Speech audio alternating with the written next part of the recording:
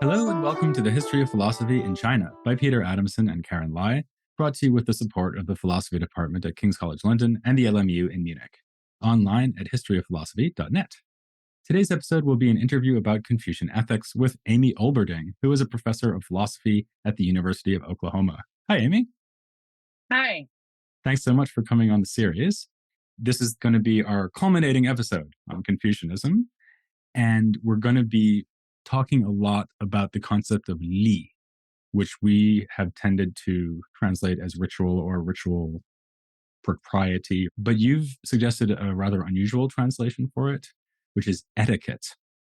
Can you explain what you take them to mean by li and why you thought it would be interesting or useful to translate it as etiquette? The concept li embraces a whole cluster of what are now distinct English terms. It includes etiquette, manners, ritual, ceremony, civility. It runs the gamut of what we include to describe a well-mannered person. I tend to use etiquette primarily as a corrective to how I think some of my students, as well as some of the scholarship, tend to talk about it. Ritual in English does not have the breadth, I think, that etiquette does.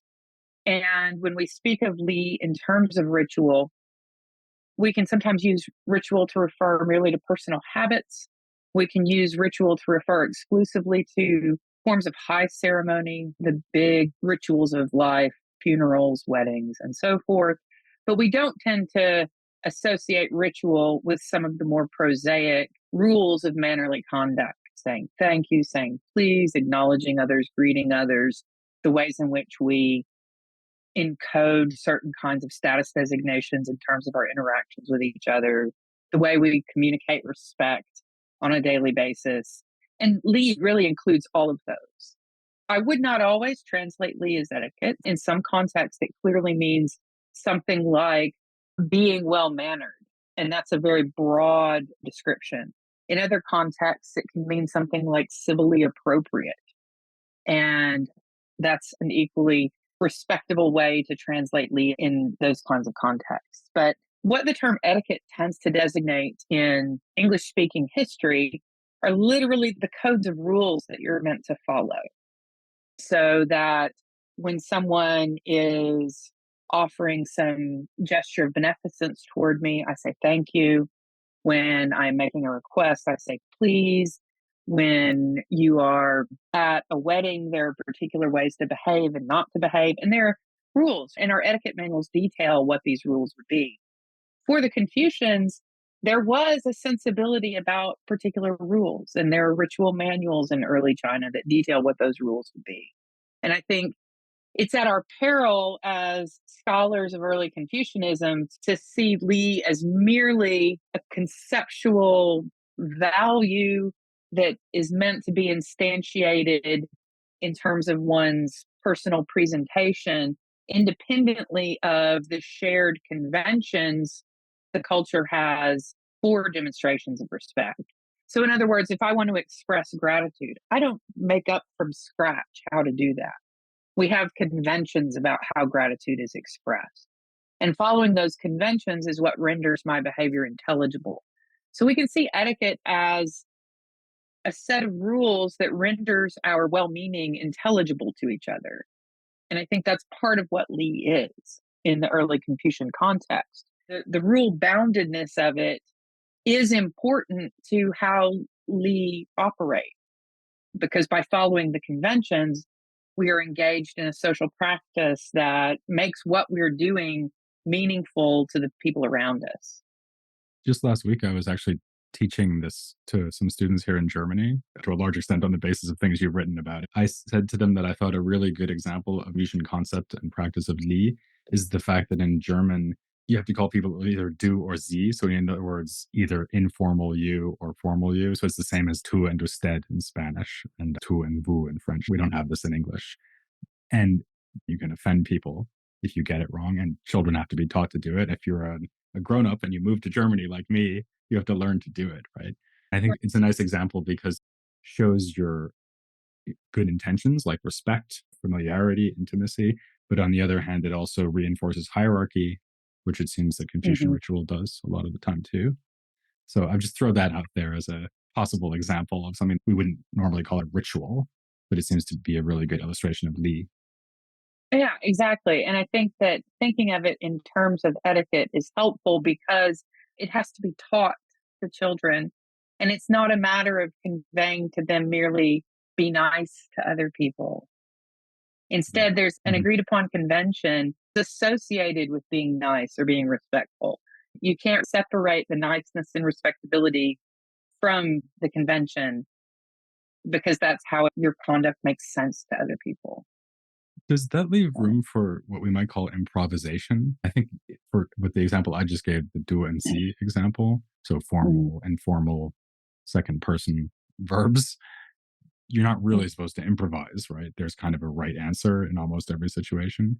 And I think the word etiquette suggests hard and fast rules, right? You're supposed to use this fork Mhm. to eat your salad and this other fork to eat your main course. So is that true with Confucian Li too? There's always a right answer, or can you explore some boundary cases, or is there some kind of leeway?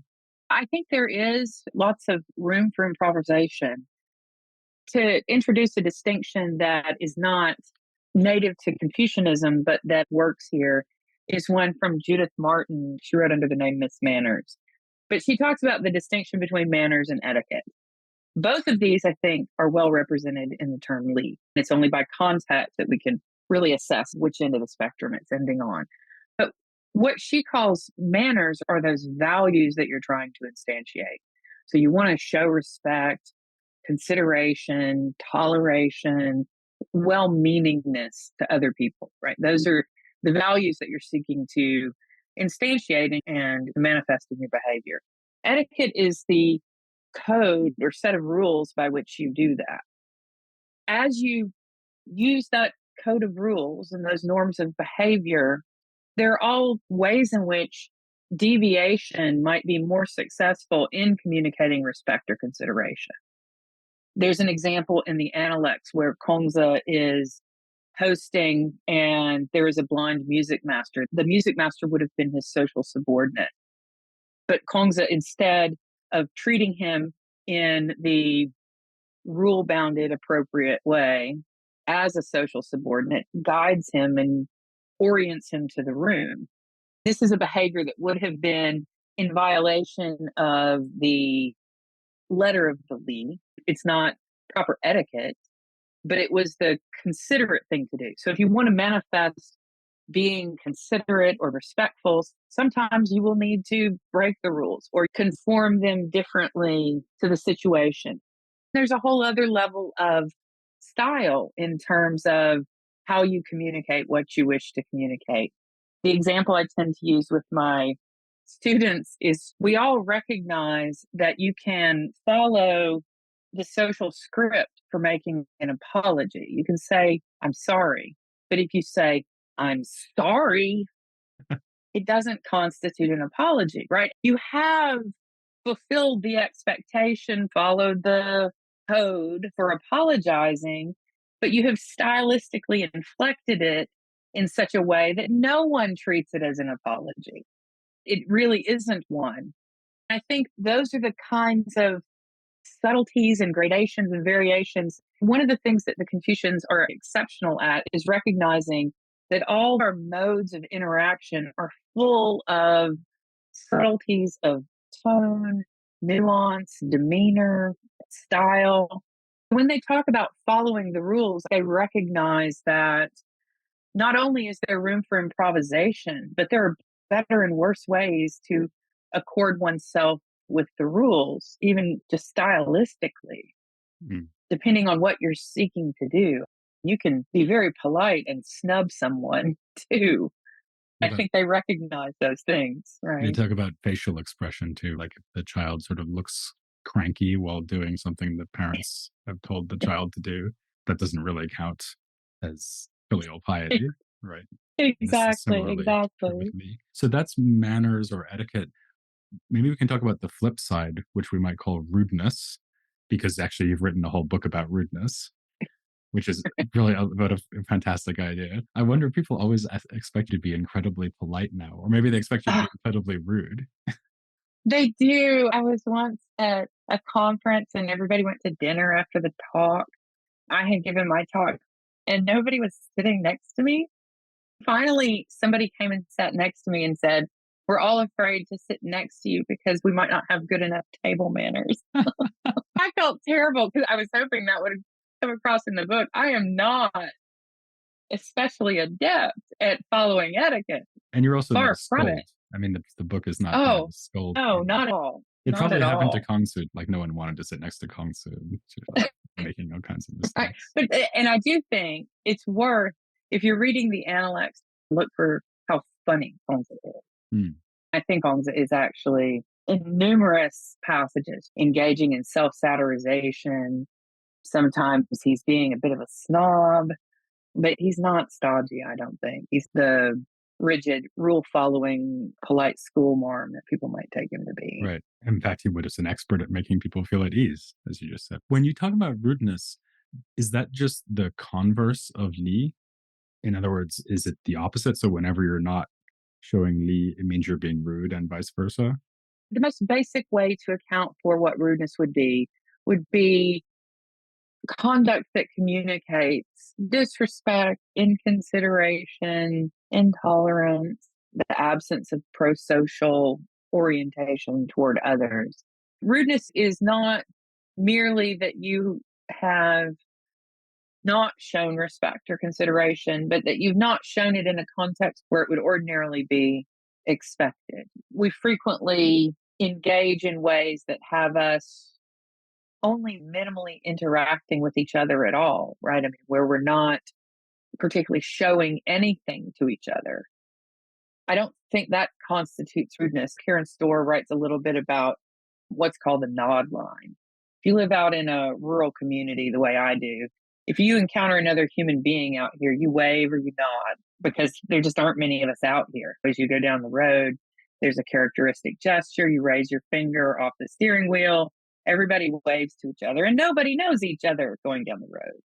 When you have a low population area, there's an expectation that if you see another human being, you greet them in some way.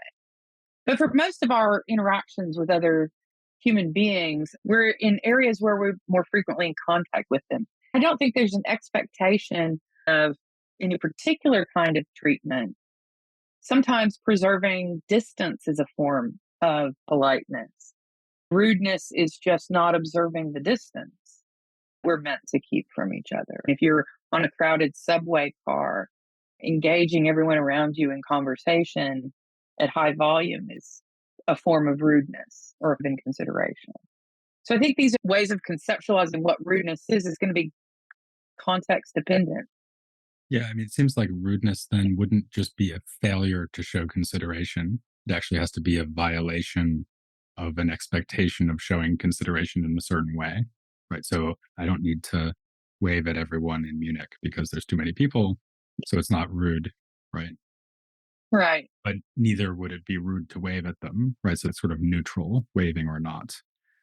I think one aspect of Lee that is an undercurrent in what the early Confucians offer is that to really succeed at being a well mannered person, it isn't merely about one's conduct, it's also about the acuity of one's attention. Having a sense of the context that you're in, what the demands of that context are, what the expectations of that context are, the particularities of the environment is part of being well mannered as well. I don't talk about that as much in my book, but I do think that a lot of what a person who follows Lee has to do is simply attend to the others around them and be good at it. What about a case where I'm being polite? I'm using etiquette, or I mean, observing Lee in some sense, but in my mind, I don't feel it. So I was thinking about a case where I meet someone I really don't like, and I smile and shake their hand and say, "So, how are you doing?" Outwardly, it seems like I'm being perfectly polite, and I'm certainly observing the rules of etiquette. But inward, I'm thinking, "Oh, this jerk can't stand this guy.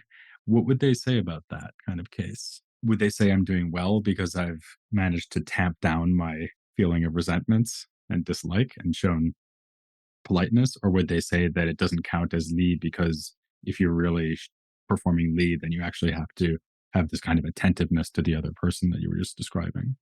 There's a continuum such that a very adept practitioner of Li, such as Kongza, is going to have a perfectly realized harmony between what Li would require and his inner disposition. There's that passage in the Analects that says finally, when he reaches 70, he can follow his heart and mind without overstepping the boundaries.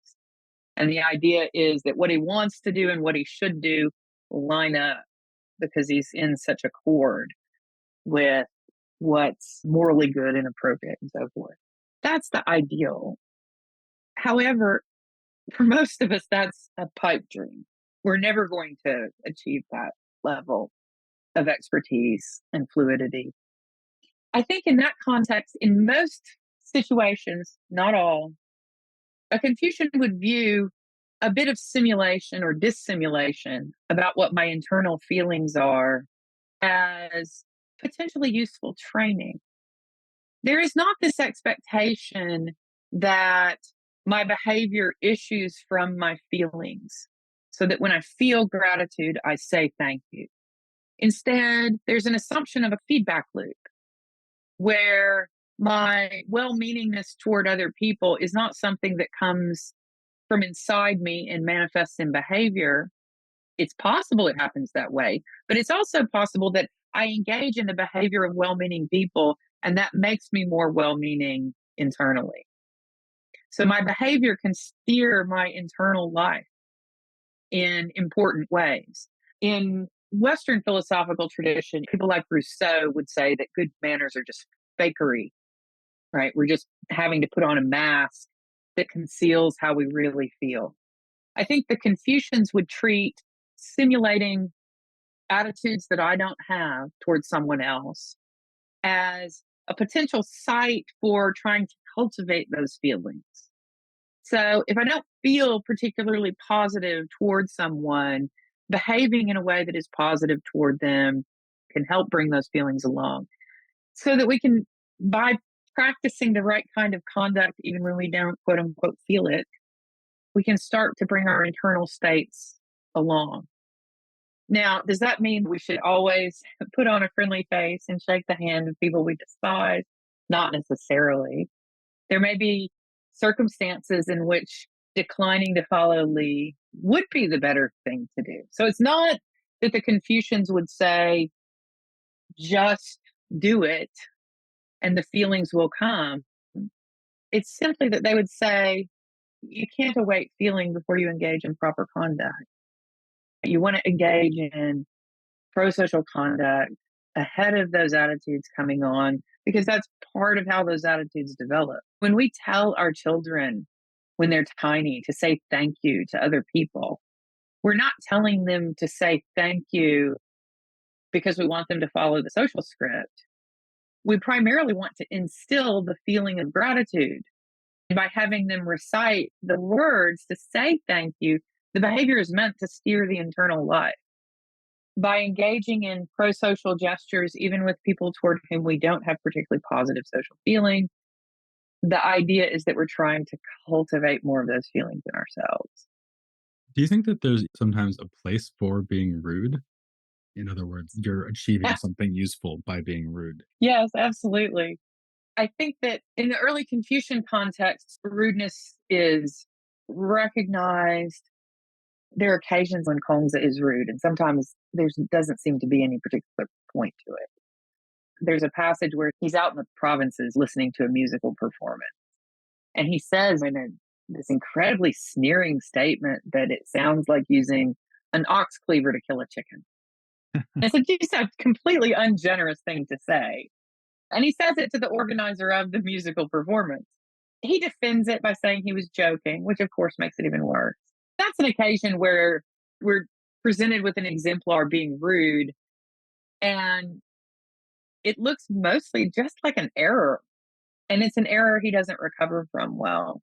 by saying, I'm only joking. Everybody knows that's the worst thing to say when you're being rude. So there is room for rudeness in the sense that even the most admired exemplar in early Confucianism is shown sometimes being rude.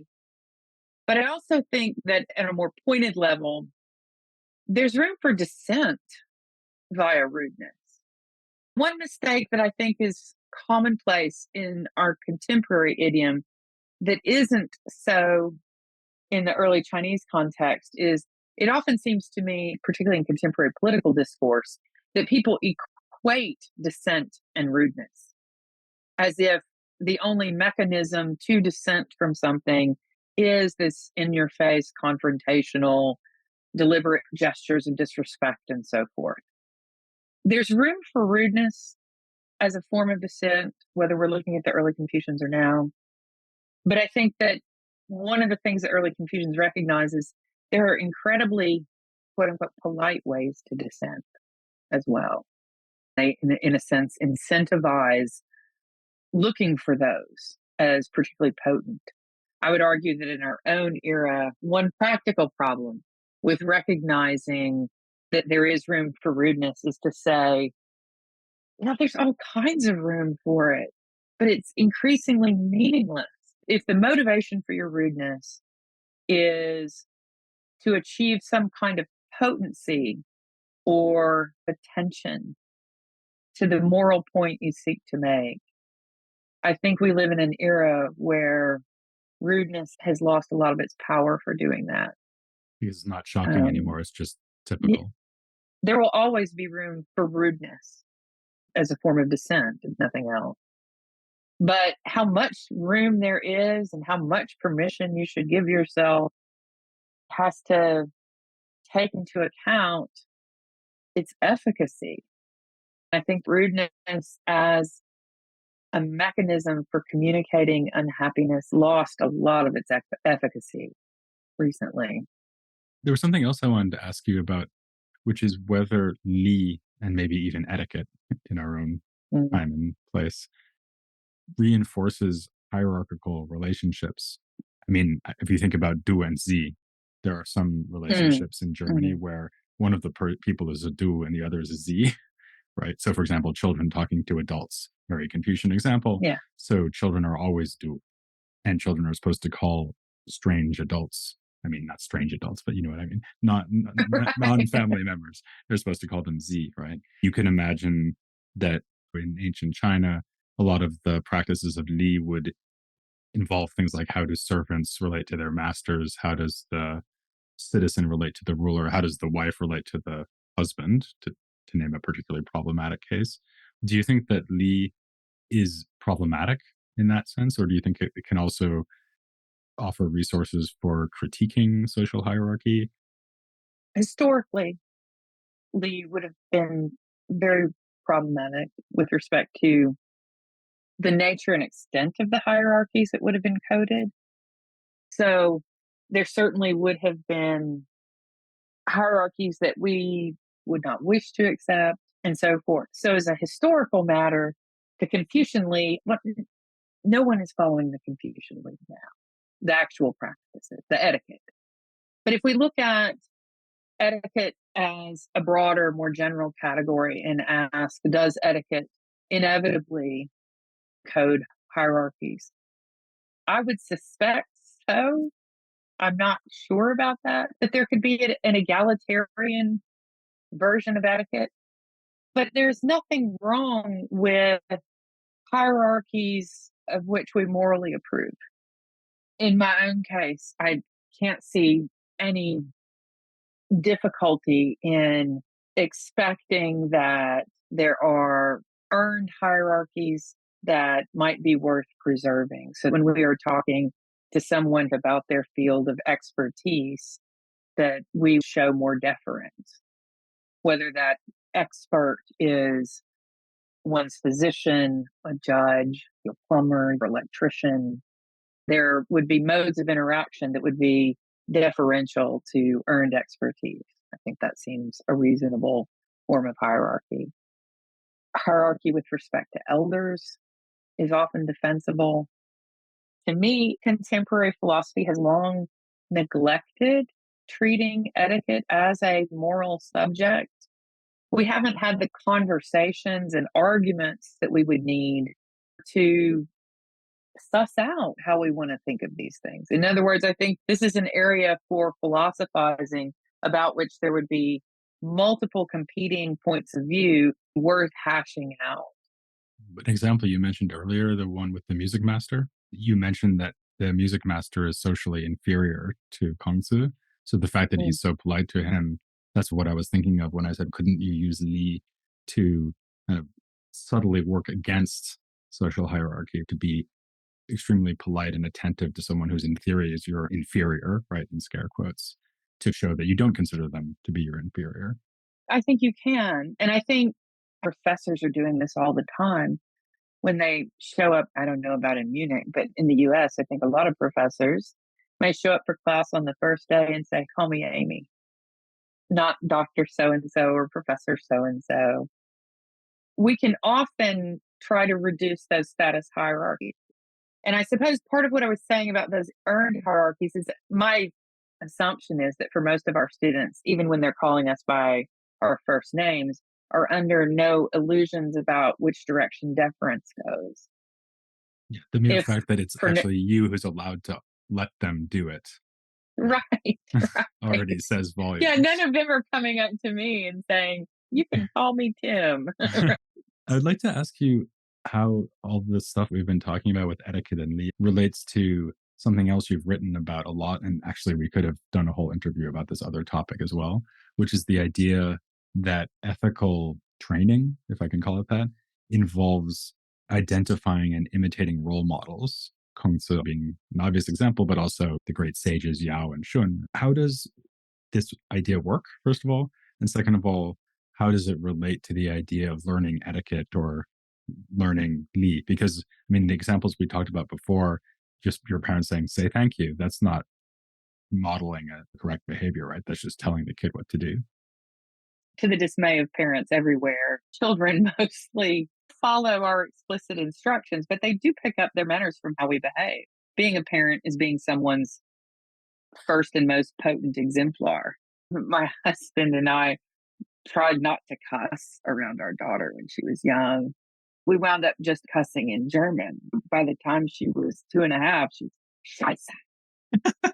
The potency of an exemplar to a young child, but the idea of exemplarism, and this is not my original framework. Linda Zagzebski has loads of stuff that she's written very innovatively on exemplarism.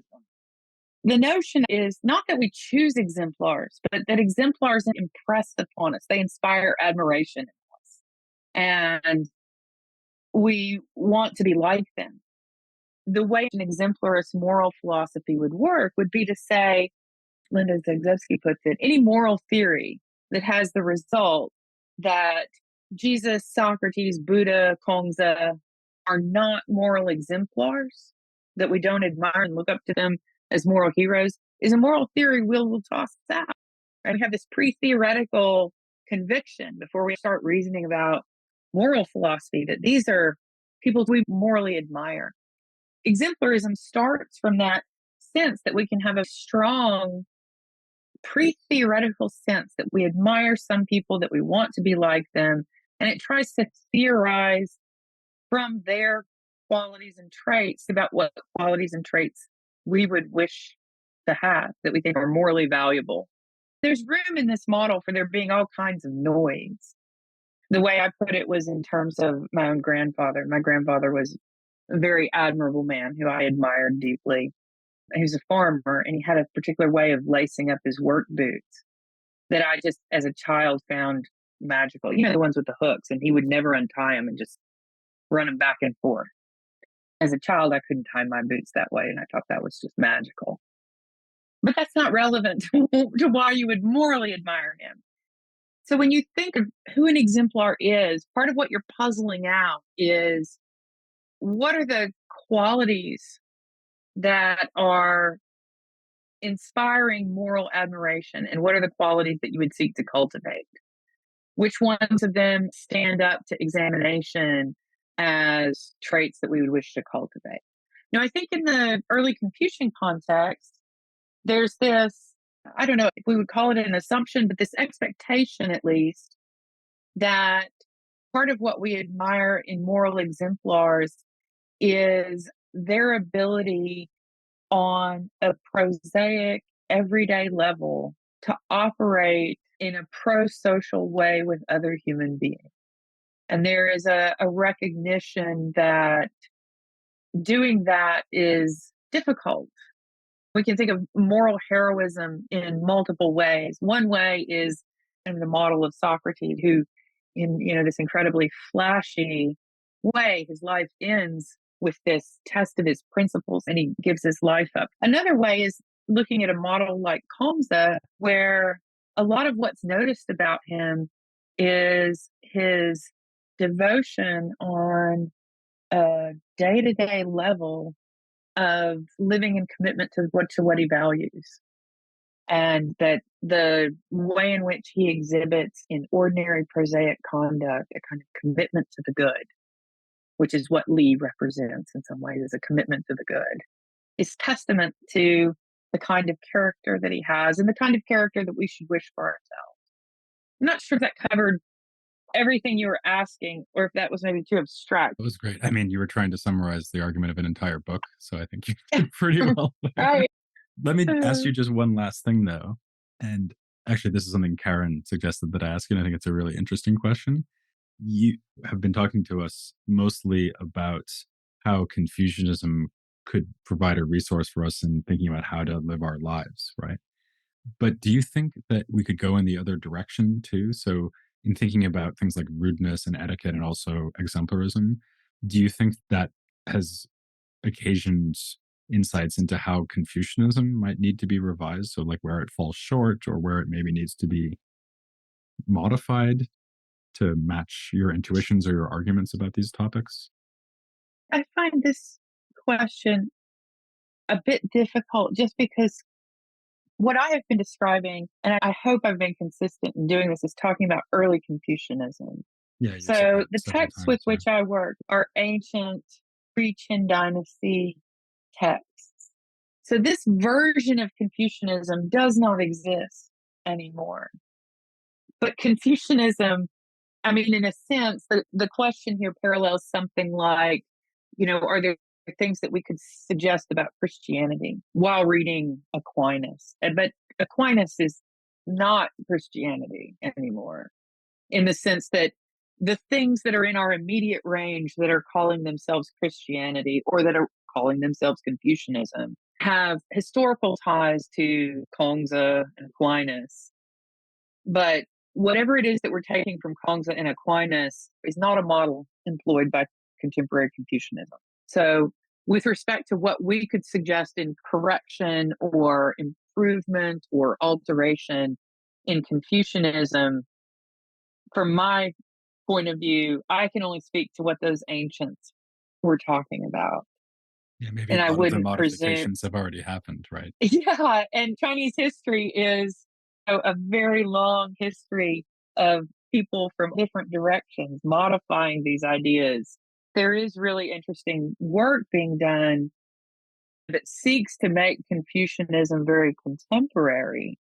I'm thinking of Li Shang Rosenli has work on care and Confucianism and talks about things like elder care, and along with modifying the types of relationships that are sketched out in early Confucianism. Yeah, something that I think has become clear even from the episodes we've devoted to Confucianism is that it's a vast and very nuanced body of ideas, even just if you think about the time up to Xunzi, right? Never mind Right. going up through the development of Confucianism during the Han period and what people call Neo Confucianism and up to modern day Confucianism. So, really, we've only just looked at the beginning, and it's already this enormously complicated phenomenon, which obviously Yeah. provides a lot of resources to contemporary philosophers on all kinds of issues. Yeah. Okay, well, on that inspiring note, thank Amy Overding very much. That, like I said, brings us to the end of our coverage of Confucianism, although it will keep coming up because we're going to be moving on to other, maybe schools is the wrong word, but other strands within ancient Chinese thought, like Moism and Taoism, that also respond to Confucianism. So we'll be looking at some of those debates. So that's what's coming up. But thank you so much, Amy. That was really fascinating. Thank you. I really enjoyed it. And please join me and Karen next time as we move on to some of the other sub traditions of ancient Chinese philosophy here on the history of philosophy in China.